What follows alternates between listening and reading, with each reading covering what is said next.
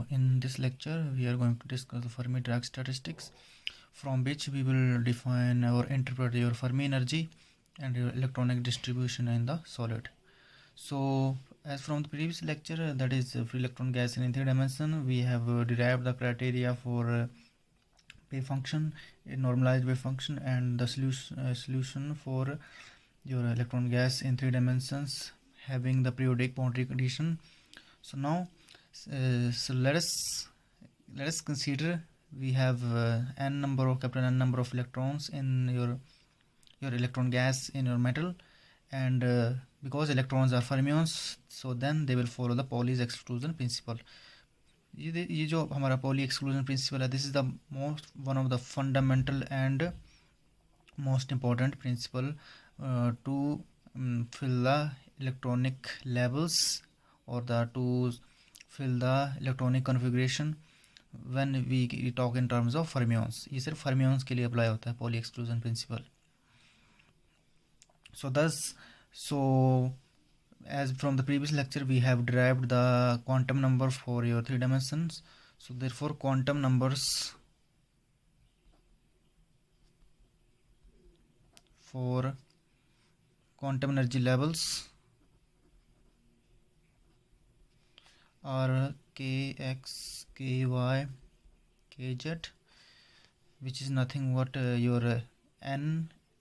This will be nx into pi upon L. This will be ny pi upon L. This will be nz pi upon L. And another quantum number is your spin. So spin की value क्या होगी fermion के लिए? Half integer होगी, because electron this will B plus minus half. Plus half means spin up के लिए और minus half मतलब स्पिन डाउन के लिए. So by using these quantum number we fill up the your electronic energy levels, and because since we know that किसी particular energy level के लिए क्या होगा, 2 इलेक्ट्रॉन होंगे, एक की स्पिन होगी अप दूसरे की down, because according to Pauli exclusion principle no 2 electron can have the same set of quantum numbers. ये चारों क्वांटम नंबर एक इलेक्ट्रॉन के लिए सेम नहीं हो सकते जब वो दोनों एक एनर्जी लेवल में होंगे. तो एक अगर एक हमारा स्पिन अप होगा एक लेवल में तो दूसरा से क्या होगा स्पिन डाउन होगा. ऐसे हम फिल करते हैं, जब इलेक्ट्रॉन फिल करते हैं एनर्जी लेवल में तो एक स्पिन अप होगा एक स्पिन डाउन होगा. सो देयरफॉर अगर हमारे पास ये n इवन है तो हमारे पास एनर्जी लेवल कितने होंगे, बिकॉज एक एनर्जी लेवल में 2 इलेक्ट्रॉन है. सो एनर्जी लेवल क्या होंगे? So therefore there exist ny2 energy levels when n is even. Generally n को हम इवन ही लें तो क्या होगा ny2 एनर्जी लेवल होंगे, बिकॉज एक लेवल में 2 इलेक्ट्रॉन होंगे, because so that they will have different set of quantum numbers by satisfying our Pauli exclusion principle. So now अब हमें पता है कि जो हमारा जो अब टॉप मोस्ट लेवल जो बॉर्डर लाइन होगा फील्ड के लिए, ये फील्ड है हमारा, तो एट एब्सोल्यूट 0 टेम्परेचर, सो इसके लिए क्या होगा, इसके लिए होगा ये हमारा बॉर्डर लाइन होगा एब्सोल्यूट टेम्परेचर. इस लेवल को क्या बोलेंगे NF. सो इस लेवल के नीचे जितने भी होंगे सारे फील्ड होंगे, ये टॉप मोस्ट फील्ड होगा, और इसके ऊपर वाले क्या होंगे सारे क्या होंगे एम्प्टी होंगे. तो इस एनर्जी लेवल को हम क्या बोलते हैं फर्मी लेवल, और इस एनर्जी लेवल की एनर्जी क्या होगी EF Fermi energy. So you can say that the Fermi level is the top most filled level energy level below which all the energy levels are filled, and up to and above this all the energy levels are empty. So this is known as NF, and its energy will be EF, and its energy will be EF. So according to this theory, all the electrons in the metal can have the same energy. metal में energy क्या होगी electron की same होगी. so therefore at absolute 0 temperature तो ये सारे electron क्या होंगे, सारे लोएस्ट एनर्जी स्टेट में क्या होंगे, they will be condensed in the lowest available energy state electron इस टेम्परेचर पे. अगर हम टेम्परेचर क्या करेंगे इंक्रीज करेंगे तो क्या होगा इलेक्ट्रॉन एक्साइट होकर इस कंडक्शन बैंड में चले जाएंगे, तो there will be conductivity. So when we apply this quantum statistics this Fermi Dirac statistics because quantization principle होगा यहाँ पे, क्वांटाइजेशन प्रिंसिपल यूज़ करते हैं और पॉली एक्सक्लूजन प्रिंसिपल यूज़ करते हैं, ये फर्मियन के लिए होता है. So when we apply this Fermi Dirac statistics we find that these electrons occupy states between this lowest energy state and your energy level and this NF energy level. इसके lowest और इसके बीच में क्या होंगे इलेक्ट्रॉन अवेलेबल होंगे, zero energy level पे और Fermi level के बीच में सारे इलेक्ट्रॉन क्या होंगे ऑक्यूपाई करेंगे स्टेट को. सो दस by using the this Fermi-Dirac statistics, the probability of occupancy of particular quantum level is given by your Fermi distribution function. This will be 1 by exponential, because अब मैंने क्या बोला कि सारे इलेक्ट्रॉन इस लोएस्ट लेवल और ये फर्मी लेवल के बीच में होंगे, तो इस कॉमन एनर्जी को हम कैसे लिख सकते हैं, E minus e F divided by के T, where K is your Boltzmann constant and T is absolute temperature and plus 1. So thus where F is your Fermi factor or Fermi distribution function, E is your energy of the given state, किसी भी state को हम अगर choose करें इसमें से बीच में से, and EF is the energy of your Fermi level or Fermi energy at temperature T. So this gives the distribution of electrons between the energy lowest energy state and your Fermi energy state, your Fermi energy. So by depending upon the this temperature and this energy level, इस किसी temperature पर कितने level होगा, तो उसमें हम इसका behaviour देखेंगे फर्मी फैक्टर का, या इसकी डिस्ट्रीब्यूशन देखेंगे कि ये डिस्ट्रीब्यूशन कैसी है, ये क्या होगी, अगर ये मैक्सवेल डिस्ट्रीब्यूशन होगी या फर्मी-डिराक डिस्ट्रीब्यूशन होगी. So let us consider the various cases. Now we will describe its behavior, this Fermi factor or Fermi distribution function, how this vary with your absolute temperature. ये temperature के साथ इसका behaviour क्या होगा कि मतलब इस इधर अगर इलेक्ट्रॉन इसके बीच में अगर टेम्परेचर हम इंक्रीज़ कर दें तो क्या होगा, इसका डिस्ट्रीब्यूशन कैसे होगा, या एनर्जी लेवल तुम्हारे कैसे स्प्लिट होते हैं, कैसे इनका बिहेवियर होता है, कैसे इलेक्ट्रॉन बिहेव करेंगे when you change this temperature. So now first of all let us take your temperature is at absolute 0 Kelvin. So now at absolute 0 temperature, 0 होगा तो क्या हो जाएगा, ये 0 टेम्परेचर 0 हो जाएगा. और एंड अगर एक और केस लेंगे कि एब्सोल्यूट 0 टेम्परेचर पे क्या होगा, ये सबसे हाईएस्ट एनर्जी स्टेट कौन सी होगी, EF. So EF will be greater than this, ये अंडरस्टूड है बिकॉज टॉप मोस्ट फील्ड ही है, EF है, NF वाला है. So therefore E will be less than EF.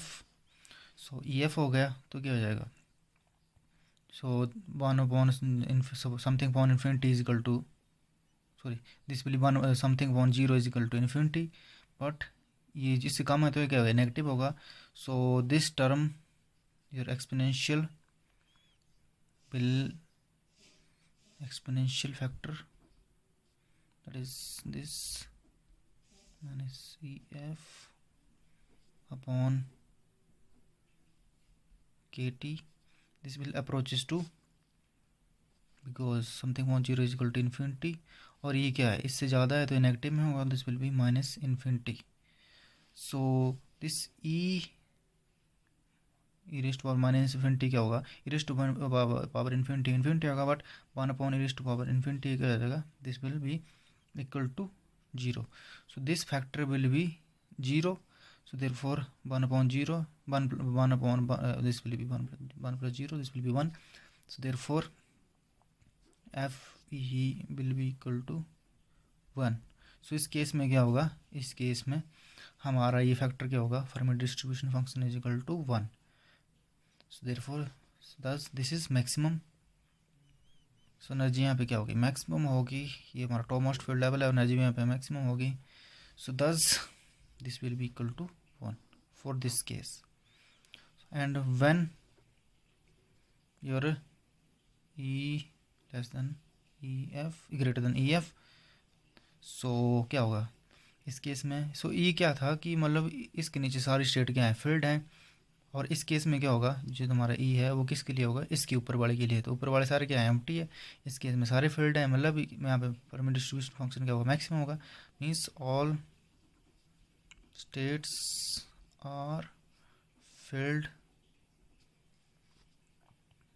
at E, states filled है, मतलब अगर ये होगा तो इसमें बस सिर्फ चेंज क्या होगा, यहाँ पे क्या था, ये से बड़ा था तो ये नेगेटिव में था, पर अभी ये से बड़ा होगा तो ये क्या हो जाएगा, पॉजिटिव हो जाएगा, तो e raised power infinity. So therefore your exponential function this will become exponential minus e f upon k t, this will become e raised power infinity, और ई रेस्ट पावर इन्फिनिटी क्या होगा, infinity. So infinity plus one infinity होगा, so 1/20 क्या होगा, 0। So हमारा therefore F E will be equal to 0। So इस case में क्या होगा, अगर कोई भी कोई एनर्जी लेवल लेंगे इसके ऊपर, तो वहाँ क्या होगा, ये सारे फील्ड हैं तो इधर क्या होंगे, एम्प्टी होंगे। तो कोई स्टेट नहीं है, कोई इलेक्ट्रॉन नहीं है, इलेक्ट्रॉन मतलब डिस्ट्रीब्यूट नहीं है, सारे इलेक्ट्रॉन इधर से नीचे ही हैं फील्ड में, तो मतलब यहाँ फर्मी डिस्ट्रीब्यूशन फंक्शन क्या होगा, 0 होगा। Therefore this is equal to 0. So now it is experimentally observed that your Fermi energy EF is of the order of several electron volt, means it can be 5 to 10 and 20 electron volt. So now for second case, when KT is less than EF, means when in the exponential factor that the denominator is less than your EF. So it is found that KT is small as compared to your Fermi energy EF, because if see this will be of order of several electron volt, and this will be KT is very small, that is product of Boltzmann constant and temperature. So now for all metals this will be the below, now for all metals this will be the below their melting point. So at room temperatures, because this is some experimental factor, at room temperature your KT is approximately of the order of 0.03 electron volt. That means it is of the order of several electron volt, and it is simply merely 0.03 electron volt. So there will be huge difference. So now also when E is equal to EF, कि कोई भी energy level ले रहे हैं हम, वो कहाँ पे है, फर्मी एनर्जी लेवल पे है। सो फर्मी लेवल पे है तो क्या हो जाएगा, एक्सपोनेंशियल फैक्टर क्या हो जाएगा हमारा, E minus e F divided by के टी। सो ये दोनों बराबर हो गए तो क्या हो जाएगा, this will be 0। So E raised power, ये भी 0 हो जाएगा, ई रेस्ट पावर 0 क्या हो जाएगा, 1। This will be approximately equal to 1, and your Fermi distribution function, this is 1 upon this exponential factor plus 1. So this will be 1 plus 1, this will be 2, this is 1 by 2. So hence the meaning of EF is that at the Fermi level the probability of occupation is this half, that means 50%. So let me plot your Fermi distribution function with respect to energy. So now when we plot your Fermi distribution function with respect to energy, so here we can see that at absolute zero temperature this is maximum, Fermi distribution function is maximum, and as we increase the temperature, so therefore your distribution function is decreasing, and your Fermi level भी हमारा क्या हो रहा है, इसकी तरफ खिसक रहा है, नीचे की तरफ खिसक रहा है। सो देयरफॉर ये कहाँ होगा, at Fermi level when your KT is when E is equal to EF, ये क्या हो जाएगा तुम्हारा फर्मी लेवल क्या हो जाएगा, हाफ। ये तुम्हारा फर्मी डिस्ट्रीब्यूशन फंक्शन क्या हो जाएगा, 50% हो जाएगा। मतलब कि occupation, probability of occupation of electron will be half. So as भी टेम्परेचर इंक्रीज हो रहा है, देखो यहाँ पे क्या हो रहा है, ये एनर्जी लेवल भी क्या हो रहा है हमारा इस तरफ खिसक रहा है, और इलेक्ट्रॉन क्या हो रहा है, इलेक्ट्रॉन क्या हो रहे हैं वो किस में जा रहे हैं, बैलेंस से क्या जाएंगे ऊपर, कंडक्शन में खिसक जाएंगे, उसमें चले जाएंगे, एक्साइट हो रहे हैं, मतलब जैसे टेम्परेचर इंक्रीज हो रहा है.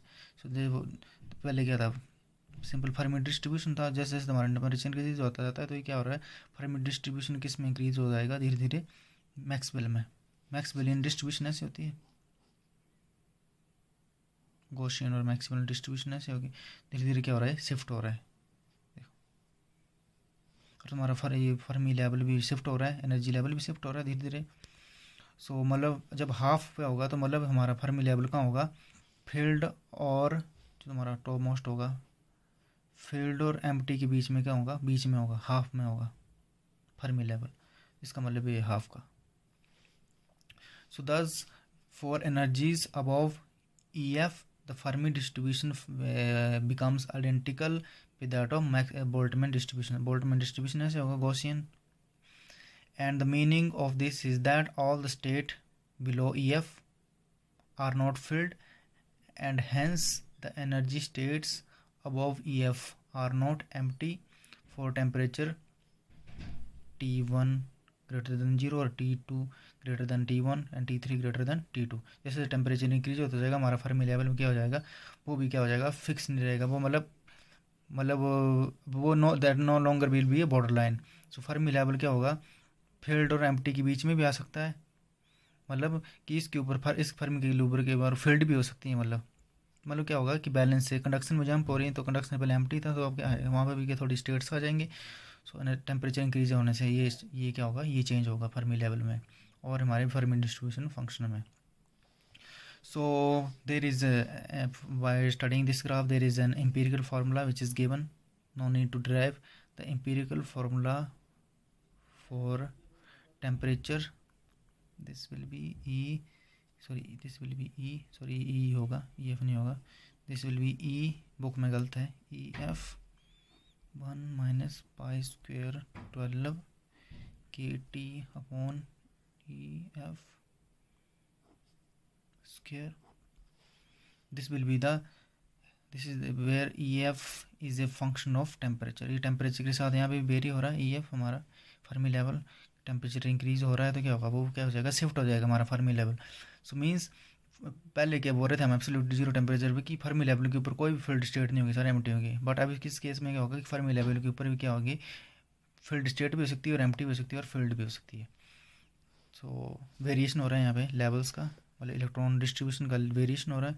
So at this is the last case, means when at higher temperature KT is greater than EF. So this relation does not longer remains valid, and hence your distribution becomes your Maxwellian distribution, Maxwell Boltzmann distribution हो जाएगी. Means quantum distribution किसमें, classical distribution में क्या हो रही है, change हो रही है. So for this case temperature becomes very very high, so therefore this T3 represents your Maxwell Boltzmann distribution. So Maxwellian Boltzmann distribution हो जाएगी इसकी तरह. So T3 is basically for this higher temperature. So that means your EF is no longer a borderline between your filled state and empty state. So when the temperature is high, so EF के ऊपर क्या होगा, field state भी हो सकती है और empty state भी हो सकती है, मतलब ये border line, this is no longer border line between filled and empty. So in the next article we will discuss about air Fermi energy. और फर्मी एनर्जी मैंने क्या बोला, फर्मी एनर्जी कि जिसके ऊपर सारी स्टेट एम्प्टी होंगी, जिसके नीचे सारी स्टेट फील्ड होंगी एट एब्सोल्यूट जीरो टेम्परेचर. पर जैसे टेम्परेचर हम इंक्रीज़ करते हैं तो क्या होगा, इलेक्ट्रॉन एक्साइट होकर हायर एनर्जी स्टेट में चले जाते हैं. Therefore Fermi level is no longer a criteria up to which all the states are filled और up to which all the states are filled and empty. So thus as we discussed that these energy levels are described by the quantum numbers, that is kx, ky, kz in 3 dimension, and your spin factor, that is plus minus half. So all the energy states are defined by these 4 quantum numbers, and since we know that what is the relation of k and n, this is n pi upon l. When k is x, this will be nx. When k is ky, this will be ny, and when k is z, this will be nz. So this is the relation between k and n. So अब हम assume करेंगे कि मतलब जितने भी तुम्हारे electron हैं eight absolute zero temperature पे क्या होंगे, सारे क्या होंगे, फर्मी एनर्जी लेवल्स जितने भी लेवल होंगे सारे फिल्ड होंगे. सो हम 3 डायमेंशन में उसको कैसे एज्यूम कर सकते हैं. We can draw a sphere having radius, because criteria कितना हमारा एब्सोल्यूट टेम्परेचर पे एनएफ है. एनएफ से नीचे क्या होंगे, सारे फील्ड होंगी. तो एनएफ को लेके हम एनएफ को रेडियस लेके हम एक स्फीयर ड्रॉ करेंगे जिसके अंदर जितने फील्ड होंगे वो सारे फील्ड इलेक्ट्रॉन हैं, फील्ड एनर्जी लेवल है, फील्ड इलेक्ट्रॉन्स हैं. They will represented as a dot. So that sphere contains the filled energy states as dotted. सारे लेवल के डॉट से रिप्रेजेंट करेंगे हम. सो दस this sphere will contain all the electron, either they are spin up or spin down. Since I have told you that all the energy levels are defined by these 4 quantum numbers, so let us assume that at ground state, that means at absolute zero temperature, all the levels below the Fermi level, that is NF, are filled. So I am assuming that in 3 dimension, let us consider NF as a radius, and we will draw the sphere in 3 dimension, and each level is represented, field level is represented by dot line here. So now the each occupied levels may be represented as points inside a sphere, you can say of n space or k space. अगर इसको मैं kf से लूँ, so because kf contain nf, इसको हम k space बोल सकते हैं और n space बोल सकते हैं. So the energy at the surface of the sphere is the Fermi energy, which is given by Fermi energy EF. ये हमें पता है, this is h cross square pi square 2m to l square into nf square. Energy होगी, इसका energy Fermi energy होगी sphere की इसके surface पे, बिकॉज सरफेस पे सेंटर से डिफरेंट क्या होगा, तुम्हारा रेडियस एन एफ होगा. So this will be the Fermi energy of the surface of this sphere. You can Fermi sphere बोल सकते हैं हम इसको. So now we can find the number of points in this N space और K space represented by N F, and each point occupies an average unit volume in integer space. और इस space में each point क्या represent करेगा, unit volume को क्या करेगा, unit volume को रिप्रेजेंट करेगा. सो दस the each point occupies on the average unit volume in the integer space, you can say n space or k space, because they are having integer values, and the volume of this volume of the sphere is given by the volume of this Fermi sphere बोल सकते हैं इसको. Fermi sphere will be 4, because sphere है 4/3 pi, और इसकी radius क्या है, NF cube होगी. अब NF में क्या होगा, NF में N, बिकॉज 3 डायमेंशनल होते हैं, यहाँ पे क्या आएगा, NX भी आएगा, NY भी आएगा और NZ भी आएगा. So now depending upon these values there will be 8 quadrant, you can say 8 octant होंगे, 8 इसकी कम्बिनेशन होंगे वैल्यूज की, plus plus plus plus minus plus. Similarly इसको मैं इसको अगर लिखूँ 3 डायमेंशन में, तो जैसे मैंने बोला कि NX एंड NZ है, अगर इसकी वैल्यूज़ को अगर मैं ड्रॉ करूँ, this will NX NY and Z plus plus plus plus plus minus. So इसके कितने कॉम्बिनेशन होंगे, 1 2 3 4 5 6 7 8 कॉम्बिनेशन होंगे इन वैल्यूज़ के. बट हम क्या करेंगे, ओनली पॉजिटिव वैल्यूज़ के लेंगे. सो ये हमारा पूरा वॉल्यूम क्या बन जाएगा, फर्स्ट ऑक्टेंट लेंगे, बिकॉज 8 है, there are 8 octant. So first octant लेंगे हम. So this will be 1/8 of this all positive value के लिए, positive value NX and Y और NZ की, for you can say for positive octant this will become 1/8 of this 4/3 pi NF cube. 8 combination होंगे, पर हम 1/8 लेंगे, because there are 8 combination of these values of plus minus plus minus. and we have this 1/8 4/3 pi NF cube. So now अभी क्या है, इसमें हम spin half भी होंगे और स्पिन अप भी होंगे, स्पिन डाउन भी होंगे. सब सारे इलेक्ट्रॉन को अगर हम इसको डिवाइड कर दें, इसको मल्टीप्लाई कर दें, कंट्रीब्यूशन होगा, बिकॉज स्पिन अप का भी कंट्रीब्यूशन होगा और स्पिन डाउन का भी कंट्रीब्यूशन होगा. तो टोटल कंट्रीब्यूशन इसका हो जाएगा ट्वाइस. अब सारे पॉइंट क्या होंगे ऑक्टेंट में, ये होंगे. Number of point in the positive octant will be this, and when we consider the spin of electron this number becomes twice. इस 2 से मल्टीप्लाई कर देंगे because there will be spin up and spin down electrons. So this will be multiplied by twice. So if n is the number density, then the in 3-dimensional box which is having h l, so total number of electron you can points are n into l cube, number of electron and this volume. So this is equal to this, both are the same quantities, therefore n l cube is equal to twice into 1/8 4/3 pi NF cube. So this will be nothing but, ये cancel हो जाएगा, 4 into 4 this will be cancelled. This is 1/3 pi NF cube into NL cube, इस side आ जाएगा. सो इधर से हम क्या calculate कर सकते हैं, NF कैलकुलेट कर सकते हैं. तो NF बिकॉज हमारे इसमें भी है NF, तो ये वाला फैक्टर लेंगे NF अपॉन L क्यूब, इसका क्यूब और इसका cube. So this will B 3n upon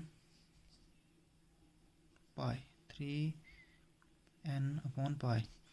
तो अभी क्यूब रूट हटा देंगे, इधर से क्यूब रूट ले लेंगे तो हो जाएगा. Therefore so thus we have the value of NF on L, that is NF and 3n upon pi का cube root. Therefore putting this value, question number 3, into this, so we will have, so when we put these values, n upon NF L का यहाँ पे square हो जाएगा and 3n by pi का cube root का square हो जाएगा. तो जब हम इसको पुट करेंगे अंदर तो क्या हो जाएगा, स्क्वायर हट जाएगा तो हो जाएगा क्यूब हो जाएगा, बिकॉज क्यूब रूट है यहाँ पे, क्यूब रूट लेंगे तो ये हो जाएगा. सो क्यूब पुट करेंगे तो क्या हो जाएगा, ये कैंसिल हो जाएगा, पाई क्यूब पाई स्क्वायर हो जाएगा. This will be h cross square upon 2m 3 pi square into n square का cube root. This is equation number 5. Hence we find that this Fermi energy is the function of this density of electrons, because बाकी सारे constant है, ये भी constant है, ये भी constant और ये भी कांस्टेंट है. This is the function of your number density of electron. So we also consider that even at absolute zero temperature electron have some finite energy, that is known as Fermi energy. Now here we will calculate the density of available electronic state, that is dE. dE is nothing but dN upon dE. That is the energy levels are between E and E plus dE energy range. तो हम calculate करेंगे कि, so here we can use the fact that below the Fermi energy all the energy states are occupied or filled. Hence the total number of states occupied are equal to total number of electron, that is capital N.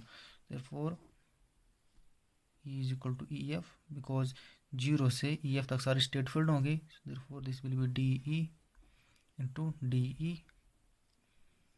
is equal to, and these are total number of electron, because जितने electron होंगे उतनी हमारी possibility होगी उसको fill करने की, उतनी number of state, उतनी डेंसिटी ऑफ स्टेट्स होंगी.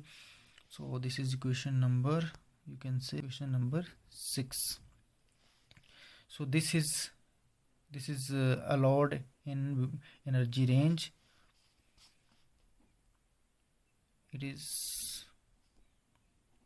calculated in energy range E and E plus DE.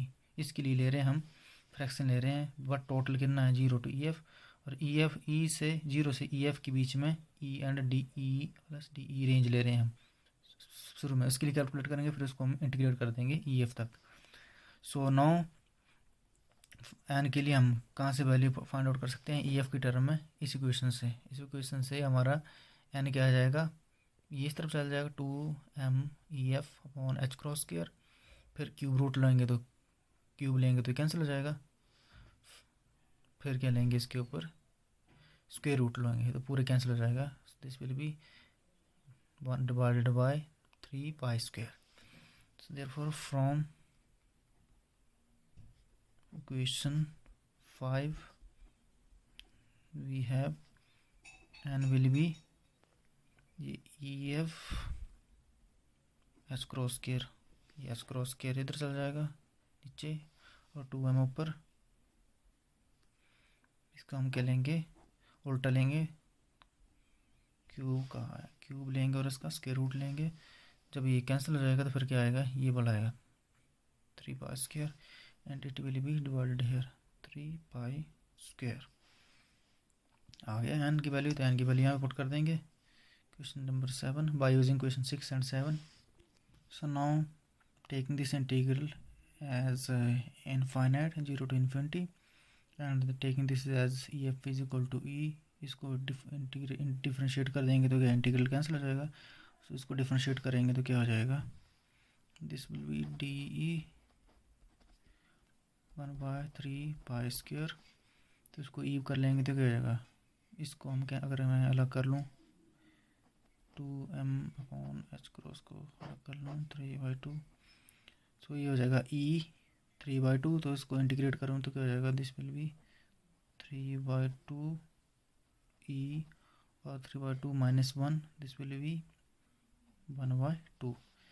3 से 3 cancel, this will B 1/2 π²।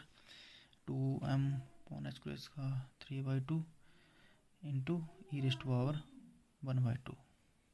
So now this is the equation number 8। जब इसको रीअरेंज करूँगा, now from equation number 7, this is the equation number 7। इसको मैंने थोड़ा सा rearrange किया, इसको अलग कर लिया और इसको अलग कर लिया। So now I will take the log of this equation number 7। Natural log लेंगे तो इसका हो जाएगा, this will be natural log n।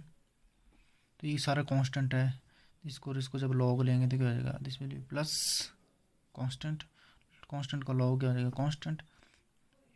तो ये हो जाएगा 3/2 into log EF, this will B 3/2 natural log into EF plus log of this constant, this will be plus constant. So now what I will do, I will differentiate this. When I will differentiate this will be,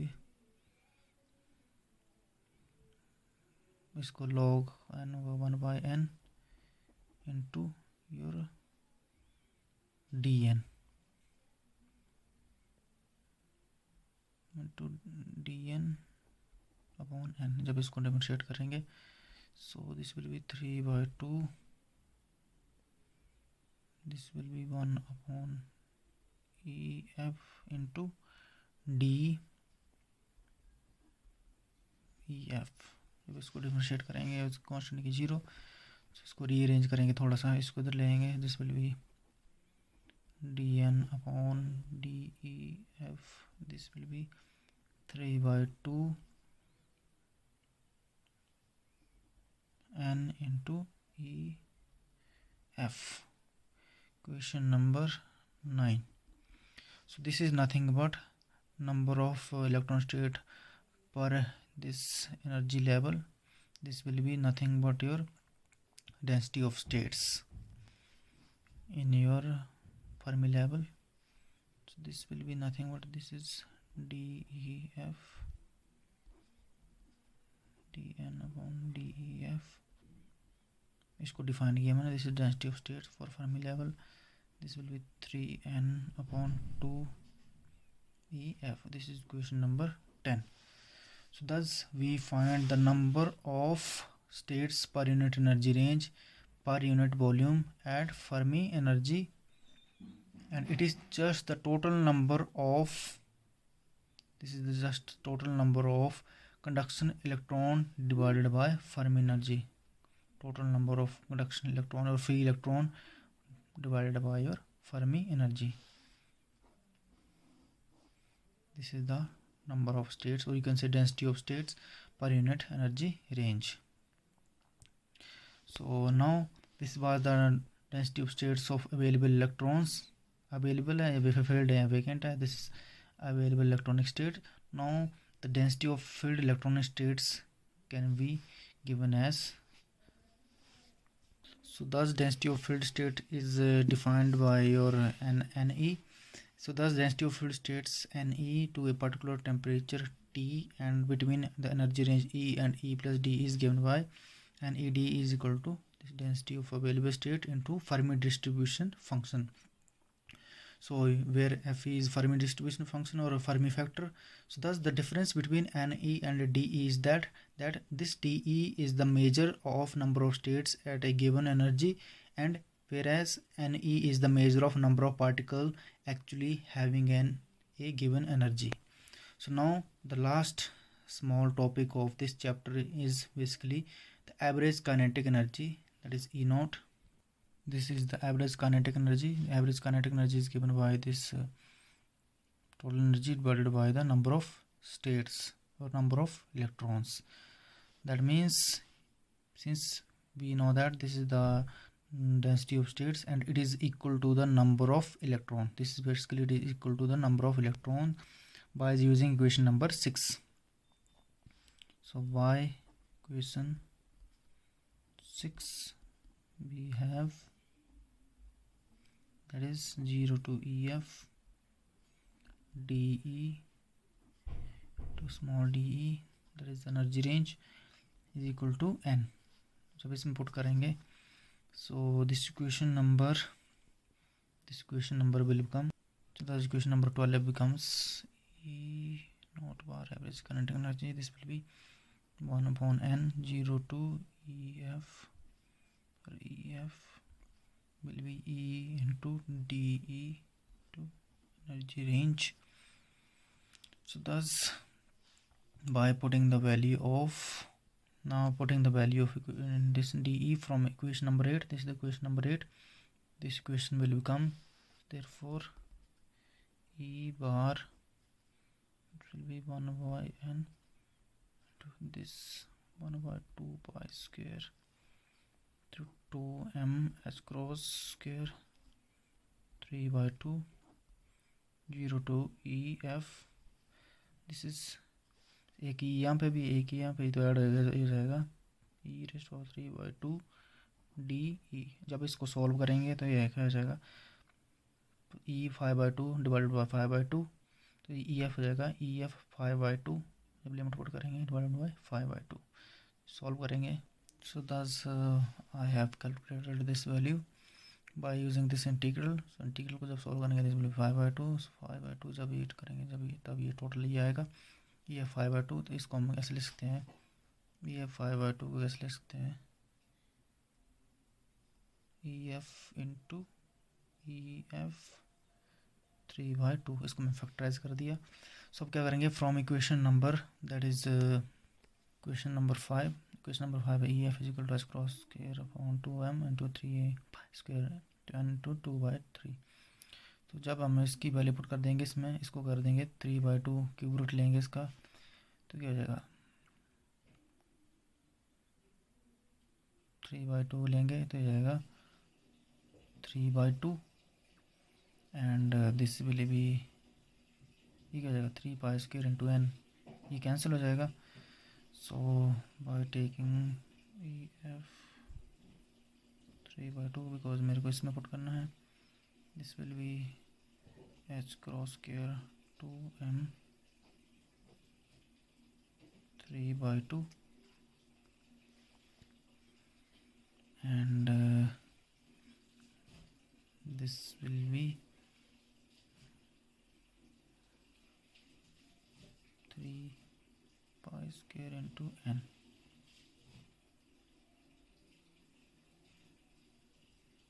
ये हो गया. अब ये value इसमें put कर देंगे, so we will have, तो जब इधर से हम 3 बाई 2 की वैल्यू इसमें पुट करेंगे इसमें, तो क्या हो जाएगा, ये कैंसिल हो जाएगा इससे, और ये कैंसिल हो जाएंगे बिकॉज रेसिप्रोकल में. So therefore 3 will survive, and this will be, so E. So thus by using this equation we will get E cancel हो जाएगा और 3 बचेगा, 3/5 into EF. So thus average value of kinetic energy is 3/5 times of Fermi energy. This is very important relation, and it is used in various numericals. So so with this topic we have completed the chapter free electron theory of gas. Now we will continue the next chapter, that is band theory of solids, in the next lecture.